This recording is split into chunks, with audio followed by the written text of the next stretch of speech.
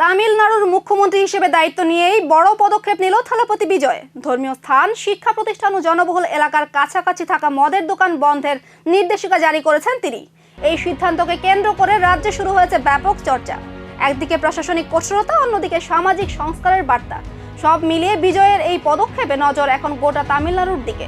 রাজ্যের উপাসনা স্থল, শিক্ষা প্রতিষ্ঠান ও বাস স্ট্যান্ডের 500 মিটারের মধ্যে থাকা মদের দোকান বন্ধের নির্দেশ দেওয়া হয়েছে। সরকারি নির্দেশ অনুযায়ী আগামী 2 সপ্তাহের মধ্যেই এই সিদ্ধান্ত কার্যকর করতে হবে। ফলে রাজ্যের শত শত মদের দোকান বন্ধ হওয়ার পথে। জানা গেছে, মোট 4765টি মদের দোকানের মধ্যে 717টি দোকান সরাসরি প্রভাবিত হয়েছে এই নির্দেশে। এর মধ্যে রয়েছে মন্দিরের কাছে 276টি, স্কুল কলেজের কাছে 186টি এবং বাস স্ট্যান্ডের কাছে 255টি দোকান। এই সিদ্ধান্তকে ঘিরে তামিলনাড়ুর সিনে ইন্ডাস্ট্রির একাংশ মুখ খুলেছে। অনেকেই একে সামাজিক সংস্কারের গুরুত্বপূর্ণ পদক্ষেপ হিসেবে দেখছেন। অন্যদিকে প্রশাসনিক মহল মনে করছে, এই সিদ্ধান্ত রাজ্যে অপরাধ নিয়ন্ত্রণ ও সামাজিক শৃঙ্খলা রক্ষায় বড় ভূমিকা রাখতে পারে।